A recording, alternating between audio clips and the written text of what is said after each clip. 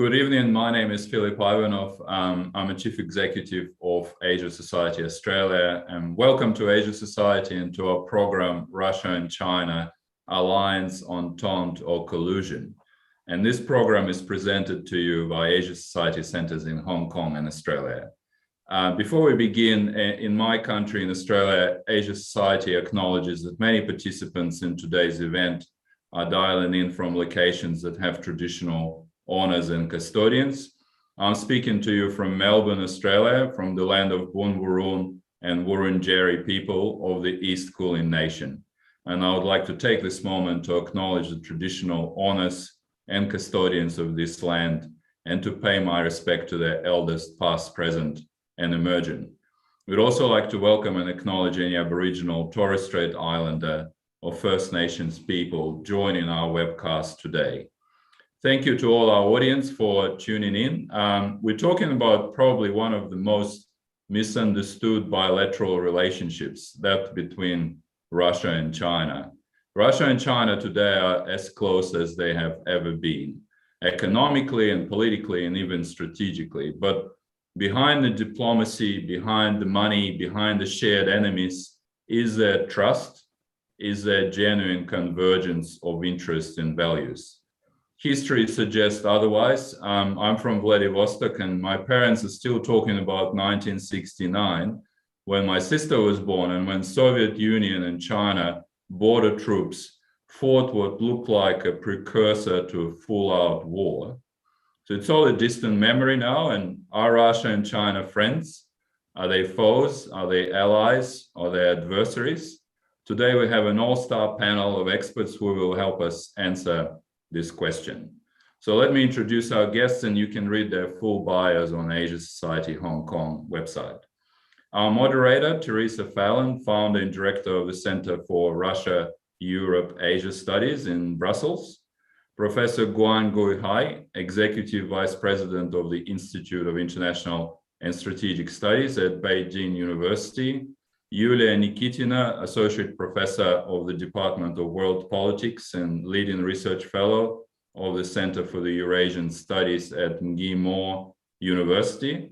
Professor Rana, Professor of History and Politics of Modern China at the University of Oxford. Alexander Gabuev, Senior Fellow and the Chair of the Russia in the Asia Pacific Program at the Carnegie Moscow Center. So we're going to go to our panel for the next 40 minutes and then open to Q&A for around 15. So please have your questions ready. We'll try to make it as interactive as we can possibly do on Zoom.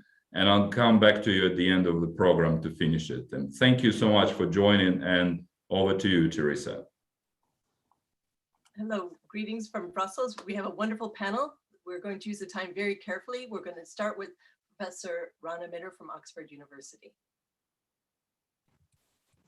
Thanks very much indeed, Therese. Just checking I can be heard okay? Yeah, good. It's a pleasure to be speaking to people, I think, in Hong Kong, Australia, and all around various parts of the world.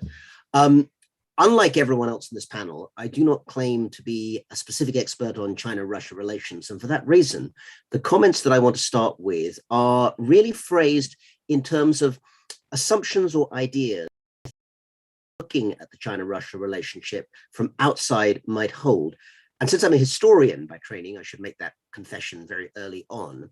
Some of the comments I want to make are also informed, I think, by our understanding of what that history between the two sides has been. And then I'm aware that for 15, 20 minutes after that, our very expert speakers will probably tell me where all the assumptions I've given are wrong, and I will learn a great deal from that. But let me, if I may, use that historian's perspective for a couple of minutes, just to lay out some thoughts about the Russia-China relationship in the longer perspective, which I think it seems to me is important in terms of understanding what I think we'll spend most of our time today discussing, which is the immense importance of that relationship in the here and now. And by the way, on that, I should just say I turned off the BBC News here in England before coming on this call. The last comment I heard from the moderator was that on the BBC was that we're entering a very interesting new situation in Afghanistan, where for the first time, it's possible the only 3 foreign embassies that may be open in Kabul are those of Pakistan, Russia, and China. Now, we'll see if that comes true, but it's certainly a very new geopolitical situation.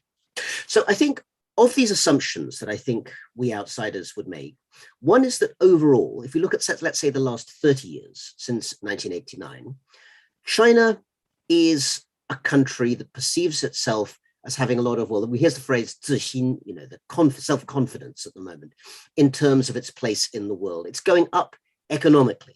It's going up in terms of military power. It's getting more international influence in international organizations, and more broadly in terms of its voice being heard. Very broad statement, but one that I think broadly holds together. Russia, I think it's fair to say, over the last 30 years, is in a more complex situation. I wouldn't necessarily buy the argument that Russia is simply on the way down, which is what you sometimes hear in some slightly more triumphalist Western interpretations. But I think it is also fair to say that in terms of global power, economic power, and geopolitical influence, the Russia of today is not the Soviet Union of 30 to 40 years ago, or certainly of 3/4 of a century ago. So that sense of China up, Russia maybe more ambivalent and less influential than before, I think is something that over a period of several decades, we've had to come to deal with. The other contrast that I want to bring up is geographical rather than chronological. And it seems to me when we hear things, and we hear them a lot, and there's something to them, that the wider world is getting very concerned about China and Russia and their relationship. The wider world in that formulation usually means the global north. So we're talking about Washington, we're talking about Brussels, we're talking about London, we're talking about Western Europe, Australia. For the most part, at least in a broad sense, we're not always talking, I think, about sub-Saharan Africa. We're not always talking about all parts of the Middle East. We're not always talking about all parts of Latin America or Southeast Asia. Now, that's not to say, as our friends in Beijing, I think, sometimes like to give the idea that these places are basically moving from Western into Chinese influence. I think the important element is that these places, sub-Saharan Africa, Southeast Asia, wherever it might be, have an awful lot to say for themselves. But there's no doubt that the impression of China and Russia in many of those places is not the same as necessarily the view from Washington or London. So let me take my last couple of minutes, having laid out perhaps those frameworks that at least I'm operating under, to think of a couple of areas or a couple of points where I think that wider historical relationship between China and Russia certainly brings to mind something that I think came in Philip's initial comment. I've never been to Vladivostok, I'm afraid, but I have in the past been to Nakhodka, which is certainly an eye-opening place and very different from Western Russia, one must say. But in terms of that historical perspective, a couple of thoughts. One is that I think it is important, quite how it's important we might explore, but I think it is important to flag up that the historical experience of both China and Russia over the last century is one that involves the growth in both countries, first of all, of a Leninist party state, one that's adapted very, very severely in both cases. In China's case, within the system, China still very explicitly portrays itself as a Marxist entity with a Leninist form of governance. And as a fervent and loyal reader of Qiushi, the major theoretical journal of the Chinese Communist Party, as all analysts of China should be, you'll see plenty of references to Marxist terms. Marxism, of course, in the Russian context has really changed its role in a significant way, and clearly after 1991 doesn't have the official standing it did. But nonetheless, the mode of governance that comes both from the Leninist tradition and Marxist ideas of economics, I think, have by no means absented themselves from the way in which the two countries think about each other.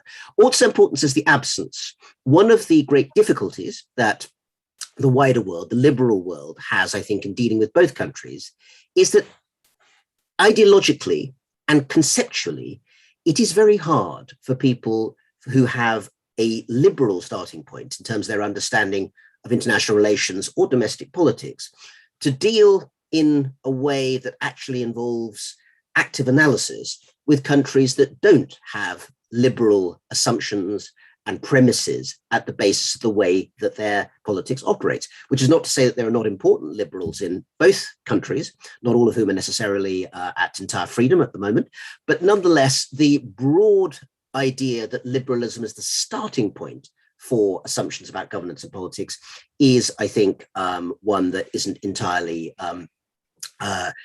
easy for the liberal world to understand, that other large major players don't share.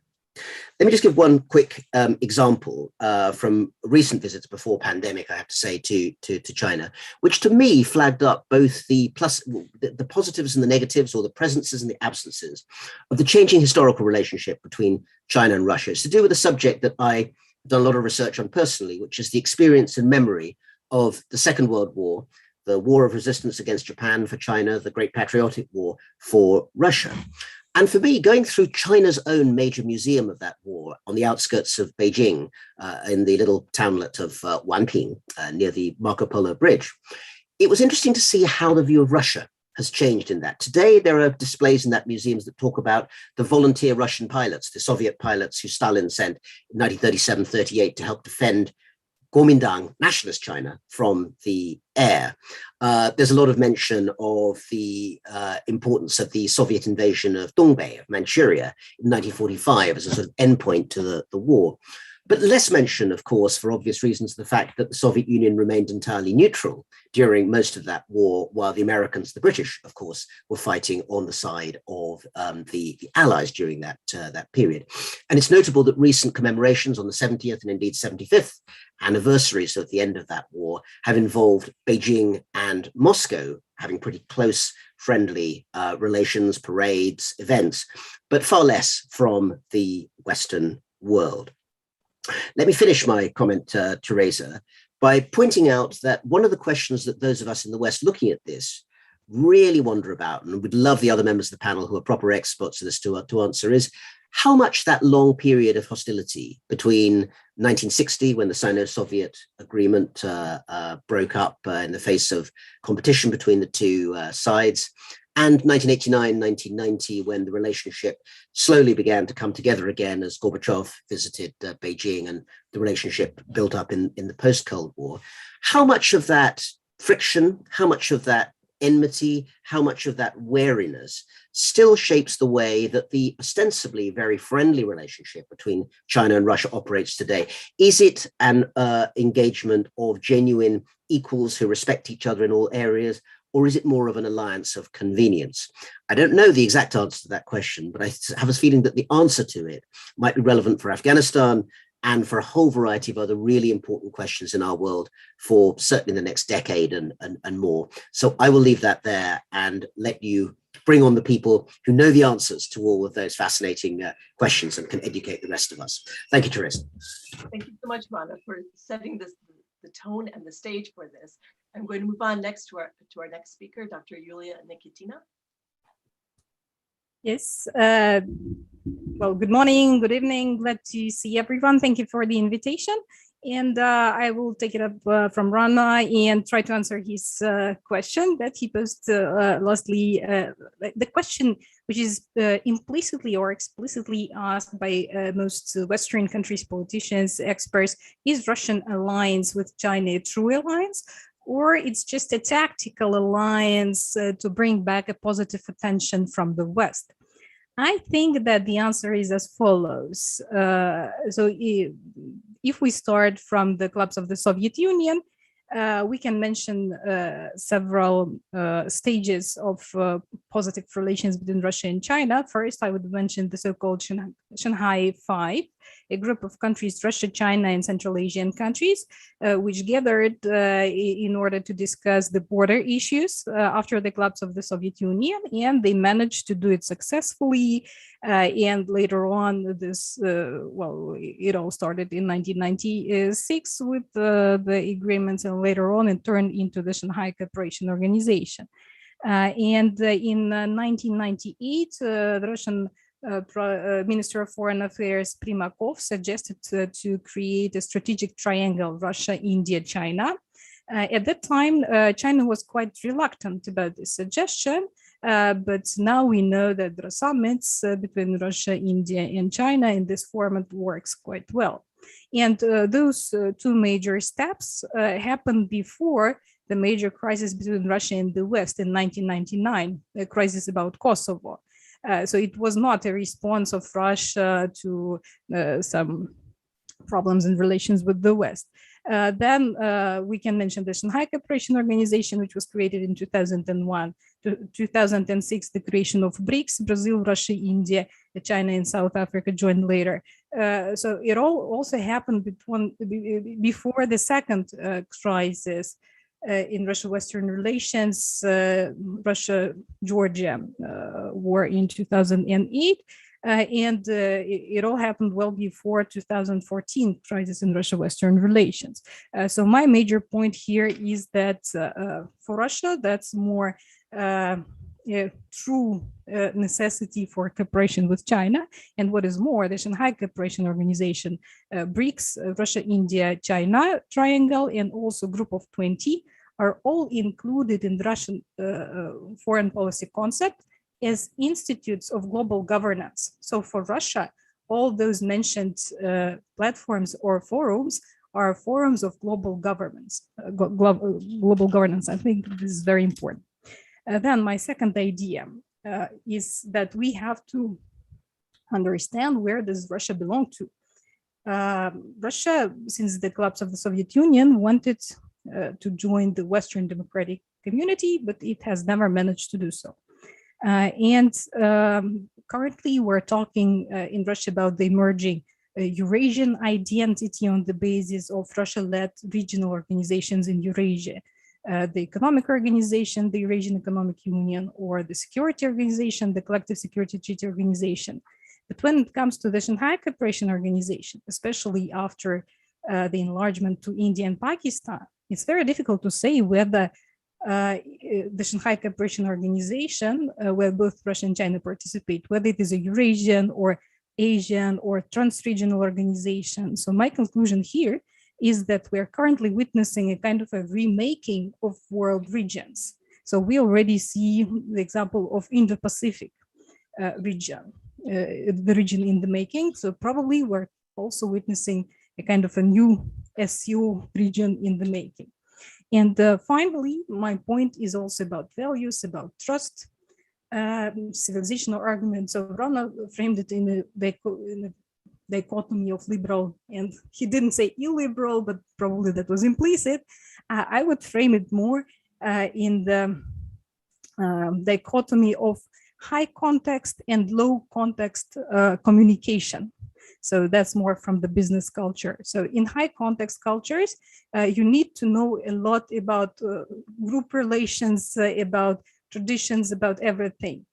In low context cultures, you have to be very explicit in what you say. Both Russia and China do belong to the high context cultures. Western countries mostly belong to low context cultures.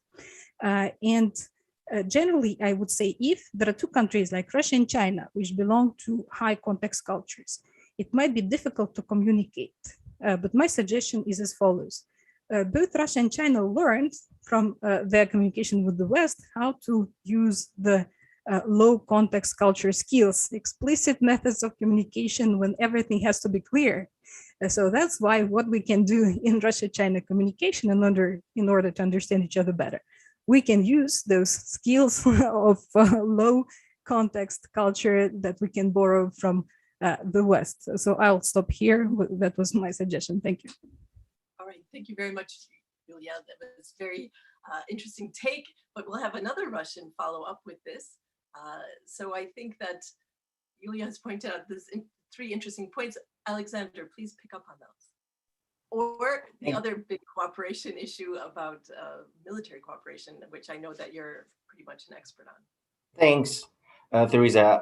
I guess that Rana framed the core question, which really rhymes very well with the title of this session, which is what's the nature of the relationship between the two, and whether it's a relationship of equals, whether they share values, and whether there is trust. My answer to all three of Rana's question would be no, no, no. But that doesn't mean that it's a very important and practical partnership that can deliver for both. Because I think that the tendency is frequently here to compare every kind of security partnerships and security arrangements to NATO, a very unique and a very animal living in its own universe. And this black and white lens cuts through and says, okay, everything which is not NATO, which is not an alliance between the two like-minded powers, is obsolete. It's a marriage of convenience. Well, I can tell you that marriages of convenience can be pretty durable and delivering more than a passionate romantic love that can end up in collapse.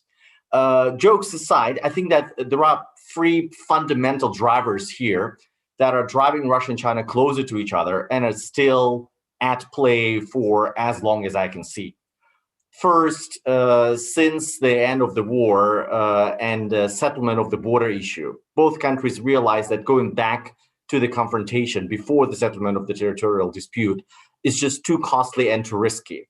So preventing hostilities along this 4,000 plus kilometer border is a number one priority. And this border is a stabilizing factor in the relationship. The formula that characterizes it is not always with each other, but never against each other. And I think that the paramount importance of maintaining pragmatic, friendly ties with a giant neighbor is very relevant for Russia, but it's also relevant for China.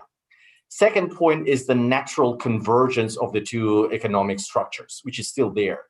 With China announcing new plans to decarbonize its economy to reach peak carbon by 2030 and decarbonize fully by 2060, the bridge fuel is still natural gas, and China is about to double its capacity of power stations that generate electricity from natural gas.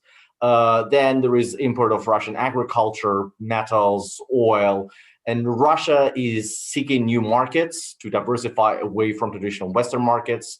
It seeks new access to technology and to finance, facing Western sanctions. China is also seeking new safe providers of commodities and new markets for its tech products. So it's a marriage made in heaven, and I think that this economic convergence will be at play for at least a decade or two. And then finally, there is convergence in some political values. Not necessarily that we have a real alignment between the values, but neither Russia nor China is a Western liberal democracy. That removes all the obstacles about need to talk about human rights in Xinjiang and Hong Kong, or to criticize Russia for whether there are gay people persecuted in Chechnya or poisoning of Alexei Navalny. It simply doesn't matter for both leaderships. And then there is a lot of agenda around global governance, like location of data or joint cyber borders, R2P, where both permanent members of the UN Security Council naturally sit in the same boat. So security along the border, economic structure, and the setup of the regimes, I think, are the three pillars that characterize this relationship and that will provide a certain element of stability.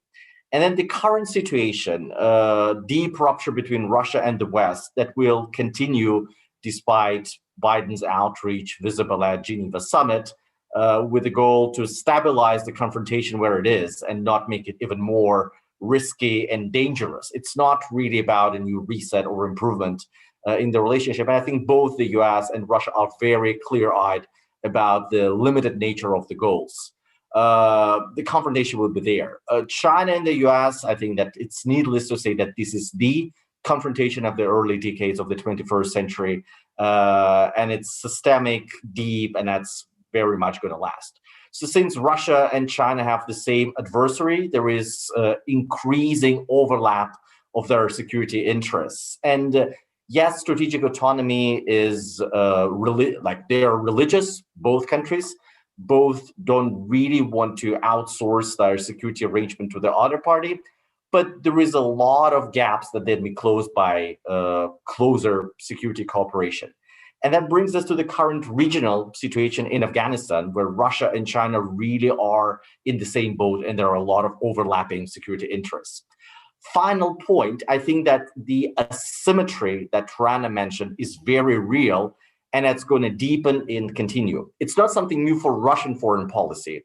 I think it's something very new for Chinese foreign policy, because China is back as number 2 global power, perhaps number 1 global economic power in a decade, in a global context. And that's something that China has never had that much experience before. Yes, China was 30% of global GDP in medieval glorious ages, but it was never a globalized world. So it's very new for China. It's not that much new for Russia, because the Soviet Union, the Imperial Russia, and currently Russia are punching above its weight, and it's all about balancing act. So the way China will use its leverage going forward to force Russia to do something that Russia doesn't want to do is key concern here. And as Russia's economic and technological dependence on China grows, that's something that Russia tries to balance. And that's something where China probably wants to be very cautious on how to manage this Russian ego in order to maintain this partnership that's still very instrumental for Chinese foreign policy goals. I'll stop here. All right, that was brilliant. Thank you for laying that out so clearly, Alexander. And now we'll have the Chinese take on these comments. I'd like to move on to now Professor Guan.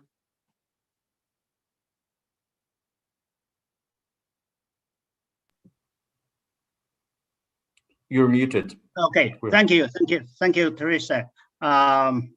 Since the time is limited, also I think my English words arsenal also limited because Russian language is my first foreign language. So I am scared to be joining this discussion.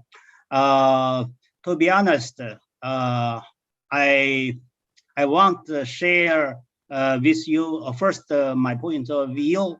I don't like the name of today's discussion because three labels or tags you point out. First, unsuitable for relationship between China and Russia. Second, here obvious Western or American central logic. So it means United States first, United States central, and Russia, China, they always every time think about how they do their thing and against the United States. It's not true. We have our own life, our own concern. So it's not suitable. Third one, both in China and in Russia, we have enough domestic concern, problem, heavy task. So for our leadership, domestic issue always is first. So we are building our mutual relationship. It's not based on the we are the United States or we are the West. We are thinking about the development of our own country economy and the prosperity. Second point of my view, I wanted to tell you relationship between Russia and China, from my perspective, is quite normal. First, we are normal country. Second, we have normal status in the world. Third one, we have normal view, opinion about today's international order. We are not the spoiler. We are normal country. Especially we respect international law much more than United States. And also we want to have peaceful development of our own country. So just do not make trouble for our development. That's all. So as to my second point, third point, maybe we can say the interaction between China and Russia today, something like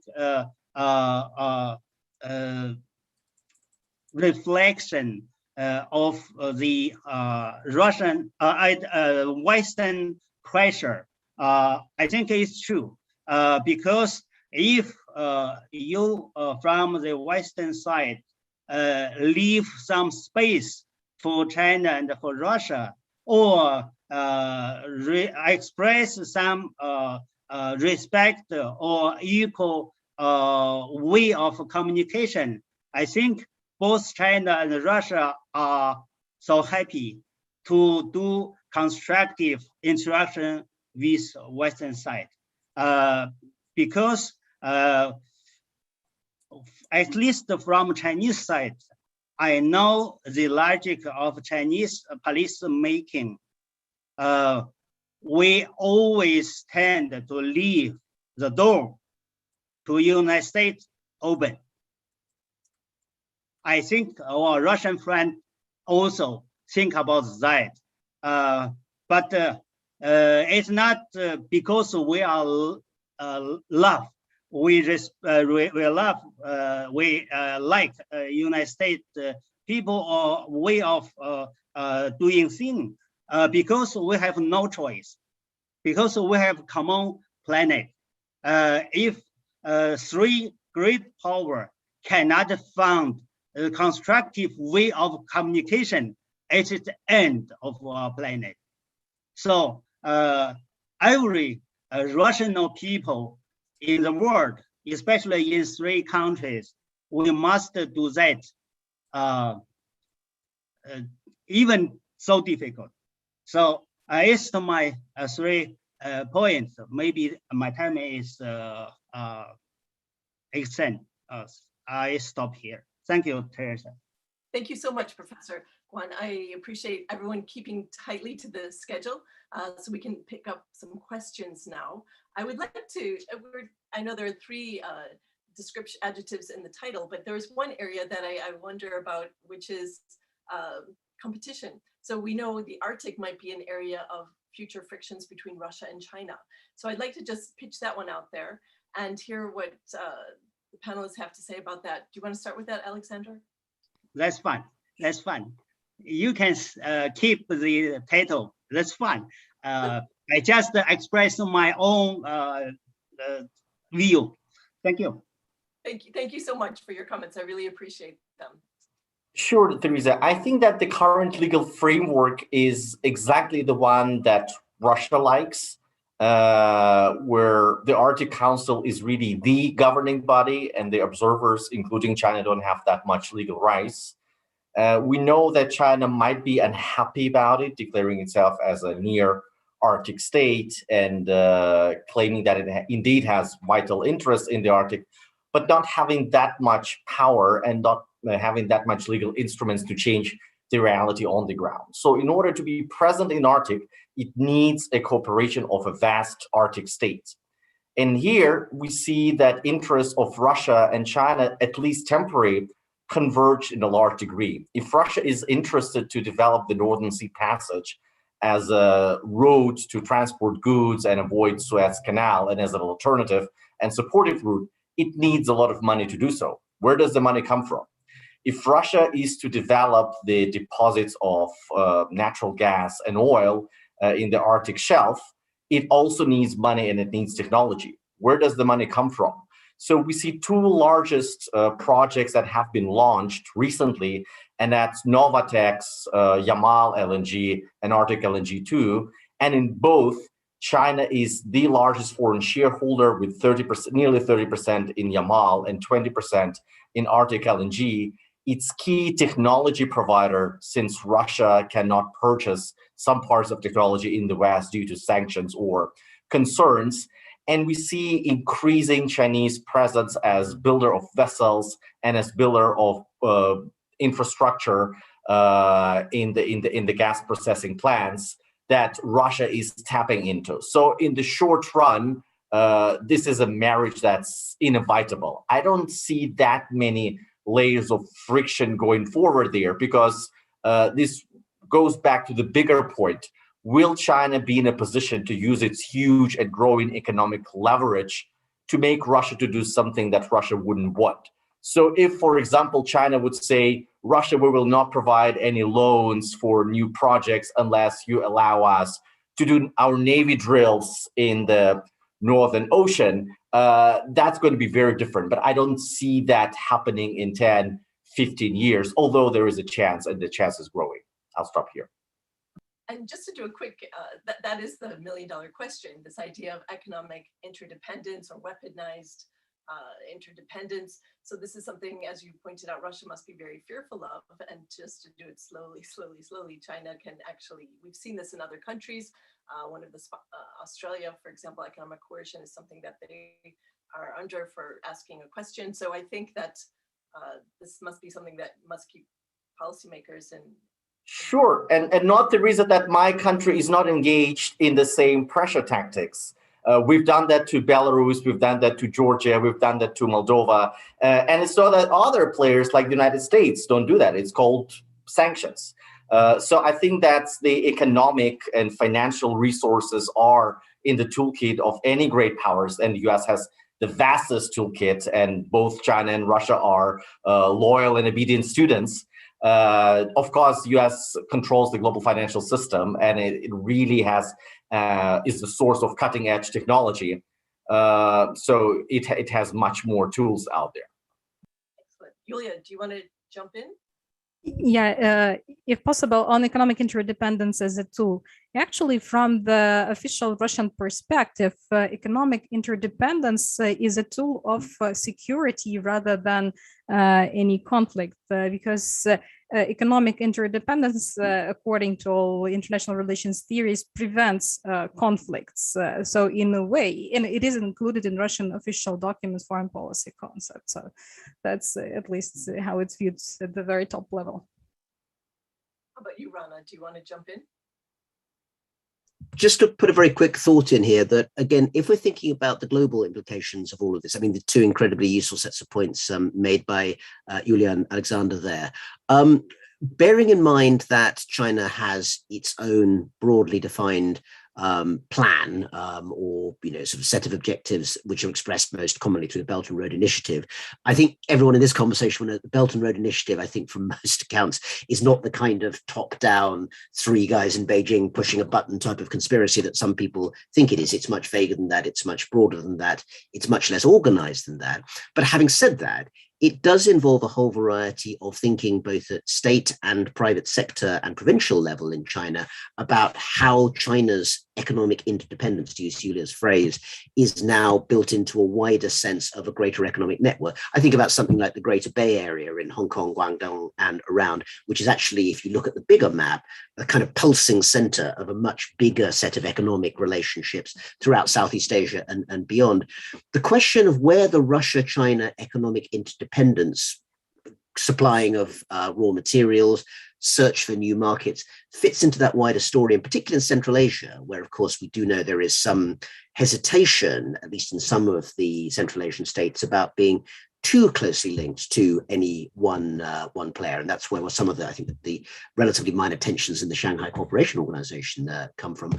All of those questions beyond the Russia-China relationship itself. And Afghanistan, I think, one of those questions is something, again, others here are more expert, but I would love to hear reflections on that bigger picture. Professor Guan.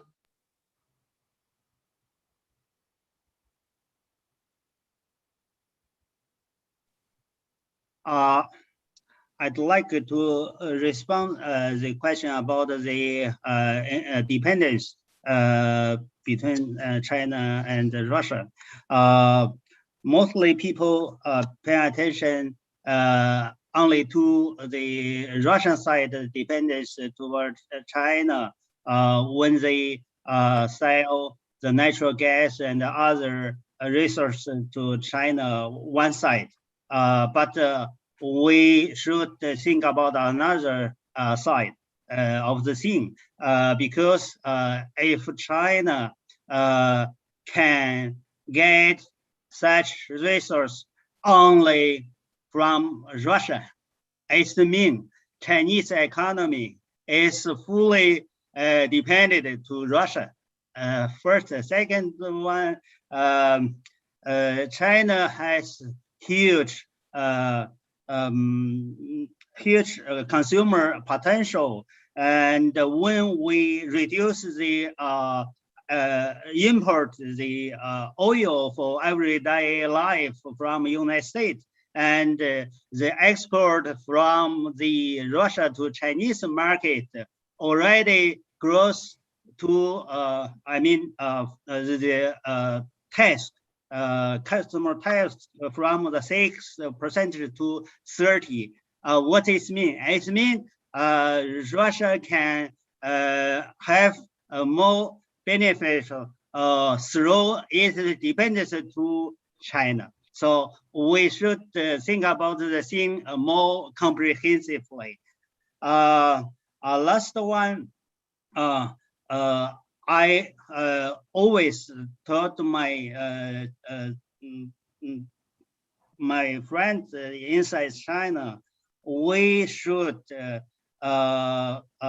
think about the Russian relationship with the West in another logic. If Western country releases the sanction, it's good for Russia. It's not necessarily mean it's not bad for China, because if Russia has not another choice, only do the cooperation with China for long term is not good. So we should welcome the normalization relationship between Russia and the West. It's my basic logic. So do not think in China we only think about the tight interaction between Moscow and Beijing as all.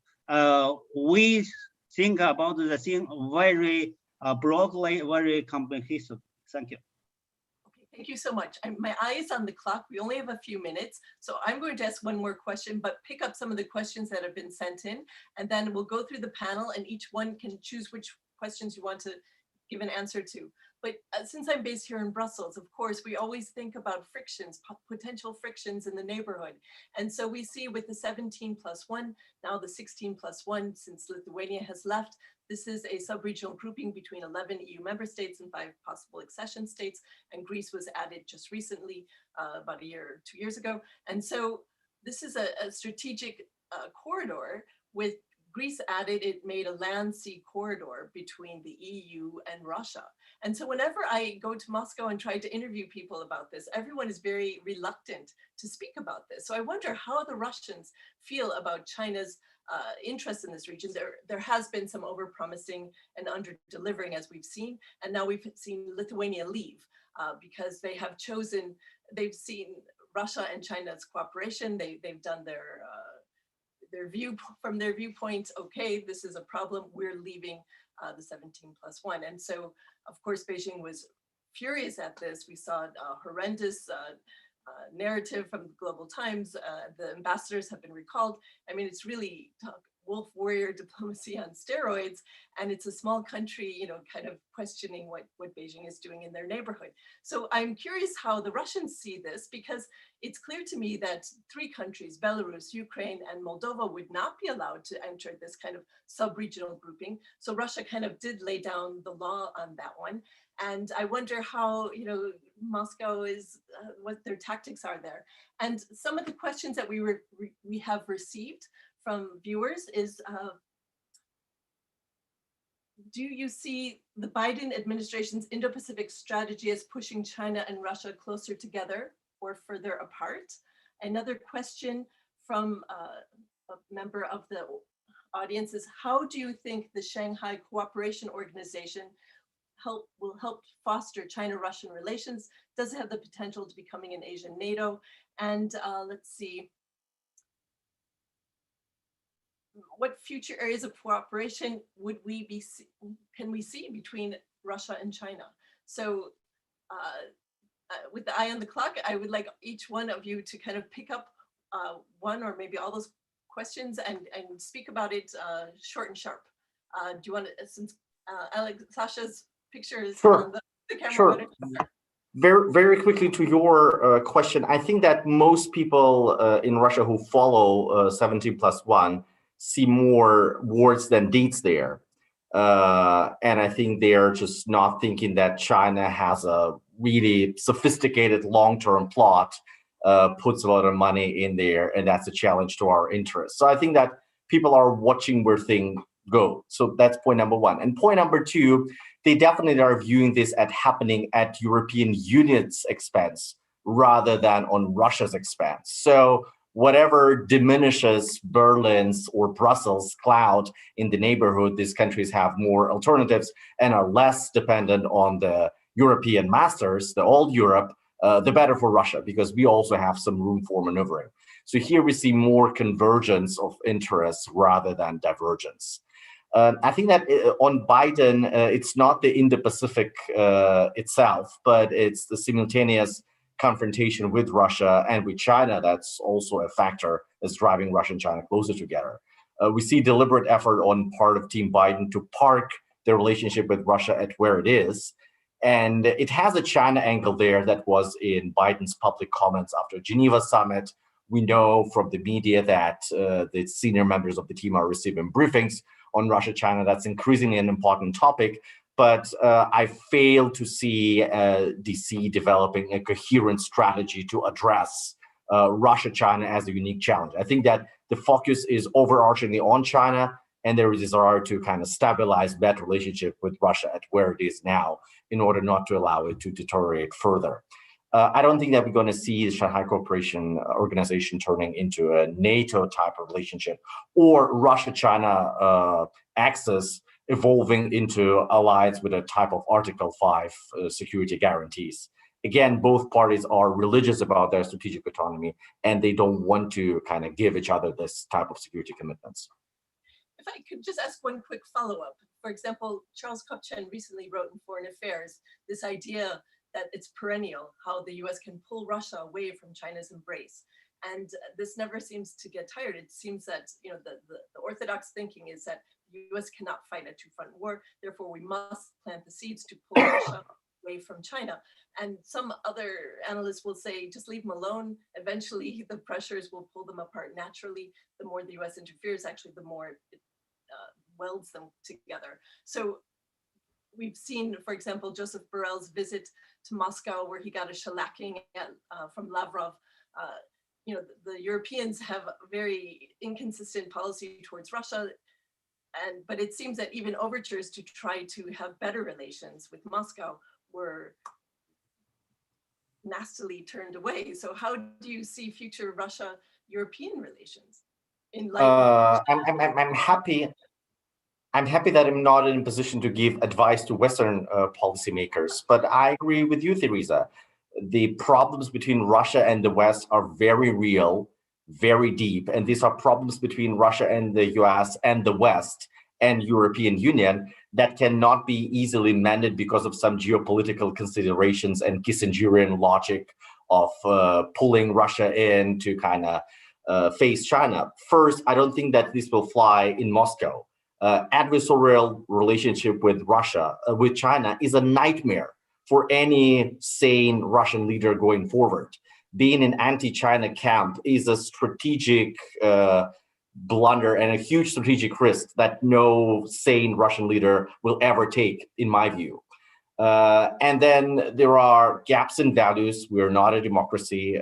We don't like each other. We have a lot of competing interests. We have countries in between that are still source of tension, and they will not be easily managed. So I think that all of the talk of Kissingerian worlds are just not very much rooted in reality. My final point is that Russia and China preach a lot about the multipolar world. And I think it's becoming an increasingly multipolar, but not necessarily bipolar.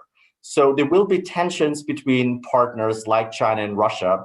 There will be other parties that are partners with Russia in some areas, like Turkey. And then there are competitors in other areas like Karabakh, where Russia and Turkey support two different parties. So it's going to be much more complex than just two superpowers fighting each other and trying to recruit a lot of allies, and Russia just being one of the prizes. I think it's going to be much more complex than that. Thanks. Yes, Rana. Just a quick thought on this, on the SCO NATO point, which Sasha, I think, has given a really Excellent answer too. I'm often reminded of Voltaire's famous comment about the Holy Roman Empire, that it wasn't holy, had nothing to do with Rome, and wasn't an empire. And similarly, the SCO isn't based in Shanghai, it doesn't cooperate very much, and doesn't seem to me all that organized. But the wider point about NATO seems to me actually really also countermanded by something we haven't mentioned very much in the last 5 minutes. I'm just going to throw it in there, which is Russia-India relations, because the development of the Quad on the US side, US, Japan, Australia, and India, as something that is also being touted as sort of Asian NATO. I don't think that's an Asian NATO either, actually, for reasons that I think others here will probably agree with. But it is certainly a defense partnership, and it's one that cuts right across SCO norms, as well, of course, as the increasingly complex Pakistan, China, US relationship. So in those terms, I think the question almost comes back as to what is it the SCO is actually supposed to do? It's not NATO. It's clearly not able to put forward a unified idea about defense and security issues other than strategic autonomy, which is sort of a negative rather than a positive in a sense. And the role of India, which I know is ridiculous to bring in 5 minutes before the end, but I think because of the long-standing Russia-India relationship over historical time, is really something I'd just like to throw in there, and maybe others have thoughts on it. Yulia, you want to pick up on this? Sure, thank you. So on the Shanghai Cooperation Organization, generally we tend to speak here in Western terms like liberalism, democracy, and so on. And if we mentioned Francis Fukuyama, who recently talking about and writing about the pandemic, mentioned that probably democracy is not what we should be talking about. Probably we should be talking about quality of governance, quality of provision of services by the government. And that's why, from this perspective, Russia and China can be compared and discussed. So probably we should discuss the situation in different terms. And the Shanghai Cooperation Organization, if we compare it to the European Union or to NATO, of course, it will seem that the SCO is not about efficiency.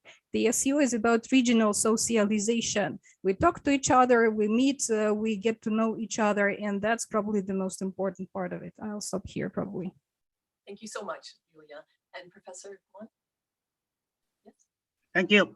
I wanted to do 2 points for response. First one, in China, from the domestic political concern, we can criticize United States in any measure, in any words, but we cannot criticize Russia, especially personally President Putin. So you should pay attention to that. It means from Chinese side, we value the strategic, political strategic interaction or trust in very high level. So second, respond to the future of the SCO. Oh dear. I do not think SCO should be Asian NATO, but we can wish SCO should play a more substantial role in the stabilization in the Central Asia region, especially after the United States era in Afghanistan. I agree with Yulia because SCO never has the goal of do regime more liberal or so on. We just want to have stable region between China and Russia. We do not want to see the house like Syria or Afghanistan. That's a very crucial point. Thank you. Thank you so much. Thank you to the excellent panel. My eye is on the clock. This is such a rich discussion, which could go on for several hours, but I'm so grateful for your time and for your insights. I'm going to hand it over now to Philip. And since you are from Vladivostok, I just wanted to share this last anecdote. When I lived in Moscow, there was this situation where the Russian mafia was concerned they were fighting amongst themselves. So they decided to invite in a Chinese mafioso. And today, there are no more Russian mafia in Vladivostok, but at least that's what I've been told. It's something very difficult to research. So I think that that's an interesting metaphor. And lastly, I think that I want to thank the Asia Society Australia and Hong Kong for hosting this event and for the participation of the excellent questions. We tried to get to some of them, but there were many. And just to paraphrase Winston Churchill, I hope that this discussion has shown Russia-China relations are no longer, hopefully, a riddle wrapped in a mystery inside of an enigma. Thank you for your cooperation. Thanks so much, Theresa. A couple of my dreams have come true during this event. One is that Vladivostok Mafia was mentioned on Asia Society screens.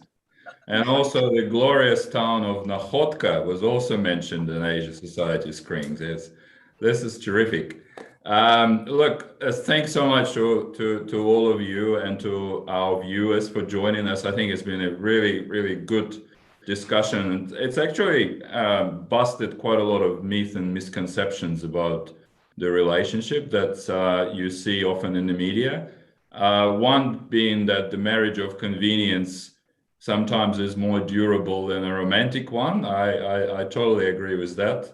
That does not just refer to a China-Russia relationship, but also, I guess, on a more serious note, that even though Russia and China may not be allies in a kind of a conventional Western interpretation of this word, but their partnership can be strong and enduring because of these economic, political, and strategic factors. So I think that's a really important point that I think most of you on the panel have agreed.